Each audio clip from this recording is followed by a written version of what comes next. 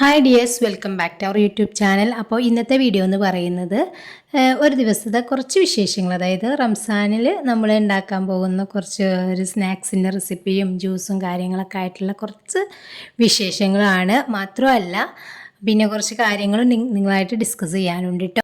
അപ്പോൾ ജ്യൂസ് അടിക്കാനും അതേമാതിരി നമുക്ക് സ്നാക്ക് ഉണ്ടാക്കാനൊക്കെയുള്ള സാധനങ്ങളൊക്കെ ഇവിടെ കൊണ്ടുവന്ന് വെച്ചിട്ടുണ്ട്. അപ്പോൾ ഇത് ഫസ്റ്റ് ചിക്കൻ കറി ഉണ്ടാക്കാനുള്ള സവാളയും തക്കാളി അങ്ങനെയുള്ള സംഭവമൊക്കെ അരിഞ്ഞ് വെച്ചതാണ്. ഇത് ചിക്കൻ ഇത് ഫ്രൈ ചെയ്യാൻ വേണ്ടി കുഴച്ച് വെച്ചിട്ടുണ്ട്. കറിയൊക്കെ ഉള്ളത് അവിടെ കഴുകി റെഡിയാക്കി വെച്ചിട്ടുണ്ട്. അതിന് ശേഷം നമ്മുടെ കുക്കറൊക്കെ അടുപ്പത്ത് വെച്ചിട്ട് നമ്മളിതാ പിന്നെ ചിക്കൻ കറി ഉണ്ടാക്കാനൊക്കെ ഉള്ള ഒരുക്കത്തിലാണ്. അപ്പോൾ ഈ റംസാന് രണ്ടാമത്തെ ദിവസമാണ് കേട്ടോ ഇത്. അപ്പോൾ നമ്മൾ ഇപ്പോൾ വീഡിയോ ഒക്കെ ചെയ്യൽ കുറവാണ് ഇതിൽ, പക്ഷേ ഡെയിലി നമ്മുടെ മെയിൻ ചാനലിൽ വീഡിയോ ചെയ്യുന്നത് കൊണ്ട് തന്നെ ഇതിലേക്ക് അങ്ങനെ വരാറില്ല. അപ്പോൾ ഇടയ്ക്കിടയ്ക്ക് ഇതുപോലെ കിട്ടുന്ന നല്ല നല്ല ക്ലിപ്പുകളൊക്കെ എടുത്തിട്ട് ഞാൻ വീഡിയോ ചെയ്യാറാണ് കേട്ടോ. ചിക്കൻ ഒന്ന് ഫ്രൈ ചെയ്തെടുക്കാൻ പോവാണ്. അതിന് വേണ്ടിയിട്ട് ഇതാ നല്ല ഓയിൽ ചൂടായി വന്നതിന് ശേഷം നമ്മുടെ ചിക്കന് കുഴച്ച് വെച്ചത് അതിലേക്ക് ഇട്ട് കൊടുത്തിട്ടുണ്ട്. കുറച്ച് കറിവേപ്പില ഇട്ട് കൊടുക്കട്ടെ. ഇനിയിപ്പോൾ ആ തിളച്ച ഓയിലിലേക്ക് നമ്മൾ കറിവേപ്പിലയും രണ്ട് പച്ചമുളകൊക്കെ ആദ്യമേ ഒന്ന് ഫ്രൈ ചെയ്തെടുത്തിട്ട് ചിക്കനിട്ട് ഫ്രൈ ചെയ്യണമെങ്കിൽ നല്ല ടേസ്റ്റാണ് കേട്ടോ. ഞാനിപ്പോൾ കറിവേപ്പില അതിൻ്റെ കൂടെ തന്നെ ഇട്ടതാണ്. എങ്ങനെയായാലും ചിക്കന് പെട്ടെന്ന് ചിലവാകും അല്ലേ.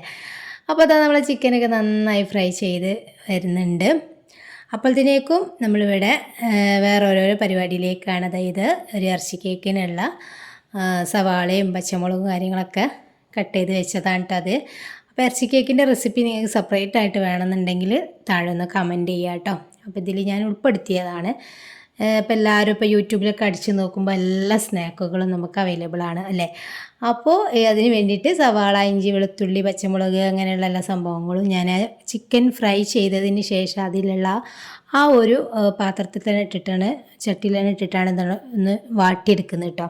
അതിന് വേണ്ടിയിട്ട് അധികം സവാള ഒന്ന് വഴന്ന് വരുമൊന്നും വേണ്ട, ഒന്ന് ജസ്റ്റ് ഒന്ന് ചൂടായാൽ മതി. ഇങ്ങനെ ഒരുപാട് അങ്ങോട്ട് സവാള വെന്ത് കഴിഞ്ഞാൽ ടേസ്റ്റ് കുറഞ്ഞു പോകും.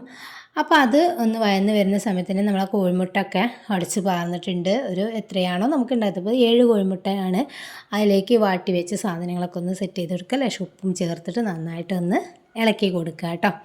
അപ്പോൾ അങ്ങനെയാണ് നമ്മൾ ഇറച്ചി കേക്ക് റെഡിയാക്കുന്നത്. അപ്പോൾ ഞാൻ ഈ ഒരു പാത്രത്തിലാണ് റെഡിയാക്കാൻ പോകുന്നത്. അതിന് വേണ്ടിയിട്ട് കുറച്ച് വെളിച്ചെണ്ണ ഒഴിച്ചിട്ട് അതിൽ അടി പിടിക്കാൻ വേണ്ടിയിട്ട് അലുമിനിയാണല്ലോ, അടി പിടിക്കാൻ ഇതെക്കാൻ വേണ്ടിയിട്ടാണ് ഇങ്ങനെ ചെറിയതായതുകൊണ്ട് ഇതെടുത്തത്. പിന്നെ എൻ്റെ അടുത്ത് വലിയ നോൺ സ്റ്റിക്കിൻ്റെ പാത്രമുണ്ട്, അത് പിന്നെ കുറച്ച് കോഴിമുട്ടൻ്റെ അല്ലേ. അപ്പോൾ അതാ വെച്ചു, അടുപ്പത്ത് വെച്ചു. അതിന് ശേഷം അതിൻ്റെ അടിയിലൊരു പാത്രമൊക്കെ വെച്ചിട്ടുണ്ട് അടി പിടിക്കാതെ വെക്കാൻ. അങ്ങനെ ഗ്യാസ് ഫസ്റ്റിൽ ഞാനിന്ന് കുറച്ച് കൂട്ടി കൊടുത്തുട്ടോ. പിന്നെ അപ്പത്തിനേക്ക് നമ്മളെ ചോറ് നന്നായി തിളച്ചിട്ടുണ്ട്. ഞാൻ പെട്ടെന്ന് തന്നെ റെഡിയാക്കും കേട്ടോ. നോമ്പിന് പിന്നെ മഗ്‌രിബിൻ്റെ ശേഷം ചോറ് കറി എന്നും പറഞ്ഞിട്ട് നിൽക്കാൻ സമയം ഉണ്ടാവില്ലല്ലോ, വേറെയുള്ള കാര്യങ്ങളൊക്കെ നമുക്ക് ചെയ്യണ്ടേ. അപ്പോഴത്തേക്ക് നമ്മൾ ഇറച്ചി കേക്ക് ഇവിടെ ഇങ്ങനെ ഏകദേശമൊക്കെ കുക്കായി വന്നിട്ടുണ്ട്. അപ്പോൾ അതാ ഇത് നമ്മൾ ജ്യൂസ് അടിക്കാൻ പോകുന്നതിൻ്റെ പേര് എനിക്ക് കറക്റ്റ് ഇങ്ങോട്ട് കിട്ടുന്നില്ല കേട്ടോ, പെട്ടെന്ന് കിട്ടുന്നില്ല.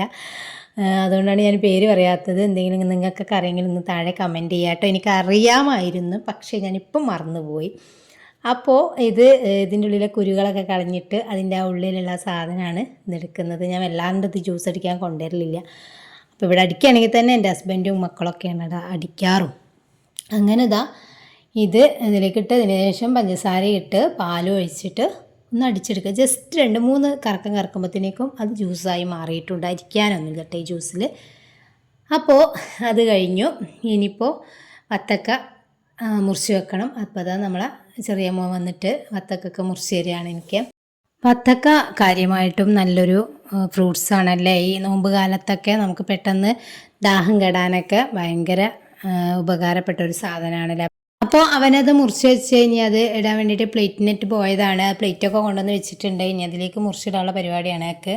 നമ്മൾ ഇറച്ചി കേക്ക് ഇവിടെ റെഡിയായി വന്നിട്ടുണ്ട് കേട്ടോ. വളരെ സിമ്പിളായൊരു സ്നാക്കാണ്, ഏറ്റവും എളുപ്പത്തിലുണ്ടാക്കാനും പറ്റും കേട്ടോ. അപ്പോൾ അവന് വത്തക്ക മുറിക്കുന്നുണ്ട്, പല കാര്യങ്ങൾ പറയുന്നുണ്ട് കേട്ടോ. ഞാൻ പറഞ്ഞു പണ്ടത്തെ പോലൊന്നല്ല, ഇപ്പോൾ പെട്ടെന്ന് സമയം പോകും നോമ്പിനൊക്കെ. നമ്മളൊക്കെ കുട്ടികളായ സമയത്തൊക്കെ അല്ലേ എപ്പോഴാണ് ബാങ്കൊക്കെ കൊടുക്കുക. ഇപ്പോഴൊക്കെ പറയുമ്പോഴത്തെ സമയം പോവുകയാണല്ലോ. പക്ഷേ അത് തന്നെ മക്കൾക്ക് പിന്നെ താങ്ങാൻ കഴിയുന്നില്ല. അപ്പോൾ അവരിങ്ങനെ അവരുടെ കുട്ടിക്കാലം അവർ പറയുന്നു, നമ്മളെ കുട്ടിക്കാലം നമ്മൾ പറയുന്നു. അപ്പോൾ അത് നമ്മൾ സ്നാക്കൊന്ന് കട്ട് ചെയ്ത് കാണിച്ചു തരാണ്. അടിപൊളിയാണ് കേട്ടോ. അപ്പോൾ നോമ്പ് തുറക്കാനുള്ള സമയമായി, എല്ലാം റെഡിയാക്കി വെച്ചു. അപ്പോൾ ഇന്നത്തെ വീഡിയോ അത്രേ ഉള്ളൂ. ഇഷ്ടപ്പെട്ടാൽ ലൈക്ക് ചെയ്യുക, ഷെയർ ചെയ്യുക, ചാനൽ സബ്സ്ക്രൈബ് ചെയ്തിട്ടില്ലെങ്കിൽ സബ്സ്ക്രൈബ് ചെയ്യുക, നിങ്ങളുടെ അഭിപ്രായം കമൻറ്റ് ചെയ്യുക. ഇതാണ് നമ്മൾ ജ്യൂസ് അടിച്ച സാധനം കേട്ടോ. അപ്പോൾ